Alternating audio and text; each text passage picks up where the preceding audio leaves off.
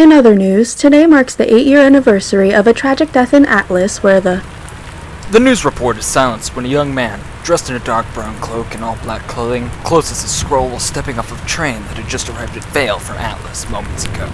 Walking over to a small coffee stand beside the entrance to the train station, he orders a small black coffee.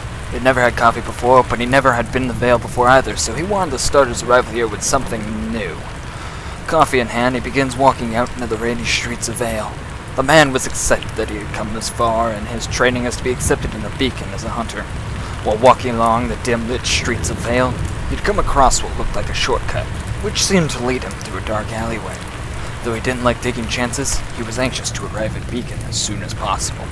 Thus, he headed into the dark alleyway.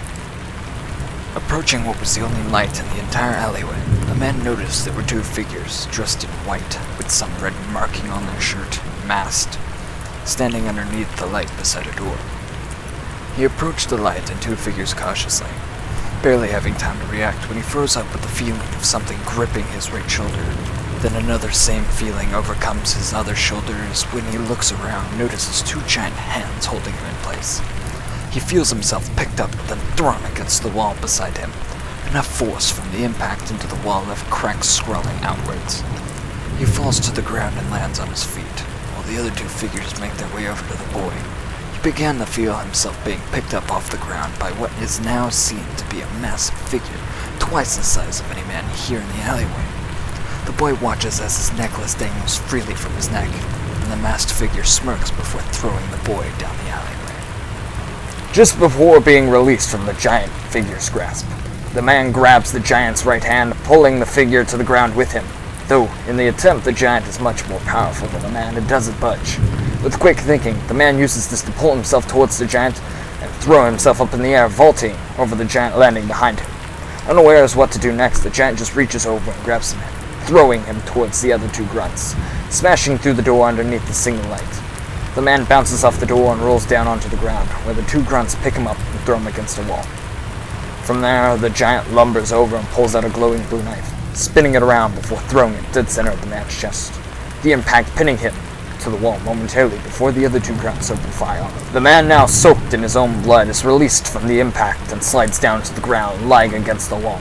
As his vision darkens, he watches the grunts laugh and walk away into the darkness of the alleyway. He assumed they had been laughing, but the ringing in his ears made it impossible to hear them clearly. And in minutes, he surely would be dead. Had it not been for a sound that rang above the rest, he could have very well been dead. As his hearing was coming back, the sound of what could have been heels clicking on the pavement echoed throughout the alleyway. Grabbing the attention of the dying man, he slowly tilts his head, and the glowing clicking ends. A warm feeling running across his face. A black glove comes into the man's vision, his head slowly turning. When he opens his eyes again after a moment of trying not to pass out, he is met with an amber gaze through darkness matched to a female figure.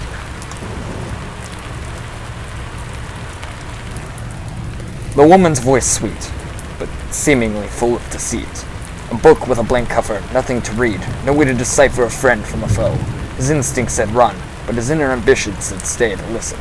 Coughing up blood, the man tries to speak, but is quickly silenced. No need to speak. I'm sure he'll be doing plenty of that in the days to come. What do you see in that boy? Honestly, he's nothing more than dead at this point. Why concern ourselves with such matters? The woman stands up slowly, sliding her hand from the dying man's face. Because I see potential in those you see nothing. Makes me wonder what use you are to me. The dying man, barely able to see much through his tears, notices those words and she looked back at the man. Now, looking back at the dying man, she leans over and takes the bloodied silver necklace from around his neck into the palm of her hand. The dying man, still unable to make out much of a face, or any features, nothing more than the amber glow that spans the figure's body. I'm sure we'll see what use he is to us in time. For now, we must wait and see whether he survives the night first. A woman's voice filled with a calming tone. Releasing the necklace and watching it drip blood onto the brown cloak of the dying man, she steps away and disappears into the shadows from where she came. The sound of heels clicking echoes through the darkness, the last sound the dying man could hear before all was silenced to black.